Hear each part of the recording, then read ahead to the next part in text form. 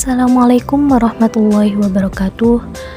Yang terhormat Ibu Risa Sofiani, MPD, selaku dosen mata kuliah pengembangan bahasa anak usia dini.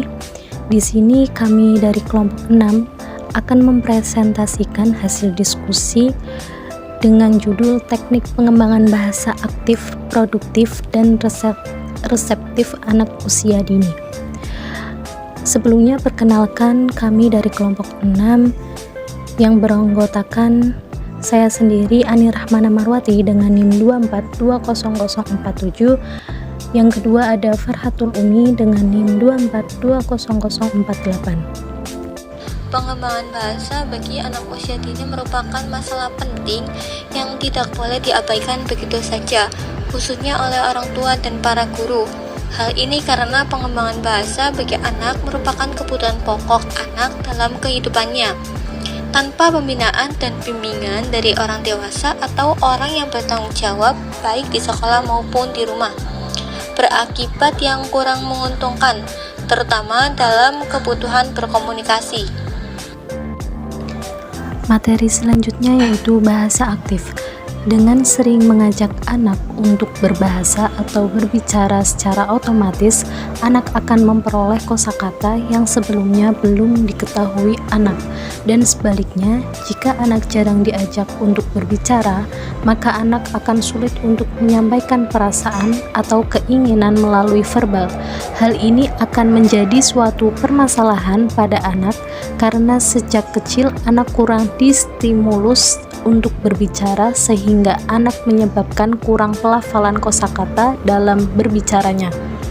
Karena itu, untuk meningkatkan kosakata anak dalam perkembangan bahasanya, bisa menggunakan permainan Chinese Whisper atau bisa disebut bisik berantai. Permainan bisik berantai adalah suatu permainan yang dilakukan secara berkelompok dengan cara berbisik, menyampaikan pesan secara berturut sampai pemain terakhir.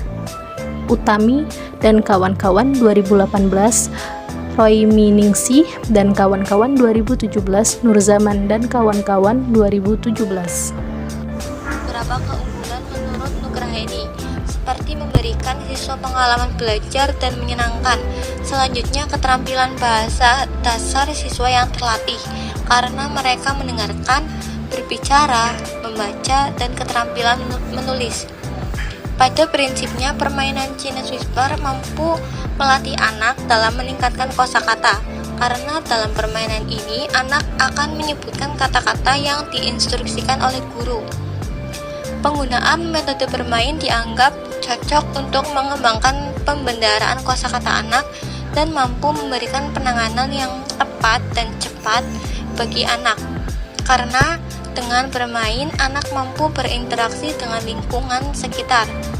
Adapun tujuan dalam melakukan permainan Chinese Whisper ini yaitu untuk melatih kerjasama, kecerdasan verbal, dan melatih berbicara.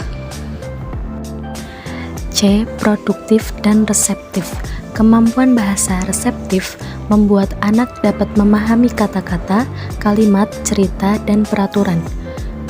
Budaya literasi dini seperti di negara barat, contohnya membacakan dongeng sebelum tidur, berbagi cerita bersama, dan storytelling merupakan kegiatan yang sangat baik untuk kebutuhan peningkatan bahasa reseptif anak. Nicola dan Indi 2010-15. Anak usia dini memulai kemampuan bahasa dengan mengenali lingkungan, dengan mengerti mimik dan suara, dan merespon dengan melakukan komunikasi preverbal seperti tangisan. Contoh lainnya ketika anak mengenal kebiasaan guru. Setiap guru mengambil peralatan musik, anak sudah mengetahui bahwa kelas musik akan segera dimulai. Hal tersebut membuktikan bahwa anak yang telah memiliki dasar bahasa reseptif, yakni memiliki bahasa tubuh dan suara. Semakin matang kemampuan bahasa reseptif anak, maka kesiapan anak dalam berkomunikasi pun semakin baik dan dapat menjadi tanda bahwa anak siap untuk belajar di sekolah. Anak dapat dilatih menggunakan bahasa lisan dan tulis baik secara produktif dan reseptif melalui cara yang sederhana dan kontekstual, melalui pemberian kesempatan kepada anak untuk mengenal dan melakukan kegiatan berbahasa sesuai dengan usia perkembangannya.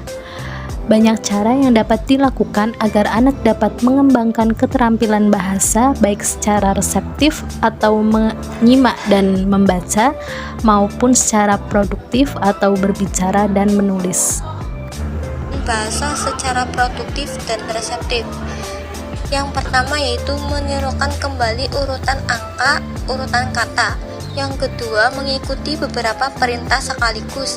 Yang ketiga, menjawab pertanyaan. Yang keempat, menyanyikan lagu dan mengucapkan sajak. Yang kelima, mengenalkan kata tunjuk yang mengarah ke suatu tempat. Yang keenam, memperagakan gerakan sederhana dalam kehidupan anak sehari-hari. Yang ketujuh, menceritakan tentang kejadian di sekitar anak secara sederhana. 8.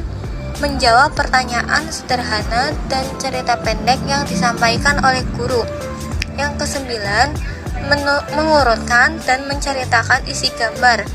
Yang ke-10, menceritakan kembali secara sederhana cerita pendek yang telah disampaikan oleh guru. 11. Memberikan informasi tentang suatu hal. Dan yang terakhir, melengkapi kalimat sederhana. Berdasarkan kemampuan yang ingin dicapai tersebut, dalam praktiknya hendaklah memperhatikan pemilihan metode yang tepat. Pertama, bercerita. Kedua, permainan bahasa. Ketiga, sandiwara boneka. Keempat, bercakap-cakap. Kelima, tanya jawab. Keenam, dramatisasi. Ketujuh, mengucapkan syair. Dan yang kedelapan, bermain peran. Terima kasih teman-teman sudah menyimak video ini. Mungkin itu saja yang dapat kami sampaikan, kurang lebihnya mohon maaf. Wassalamualaikum warahmatullahi wabarakatuh.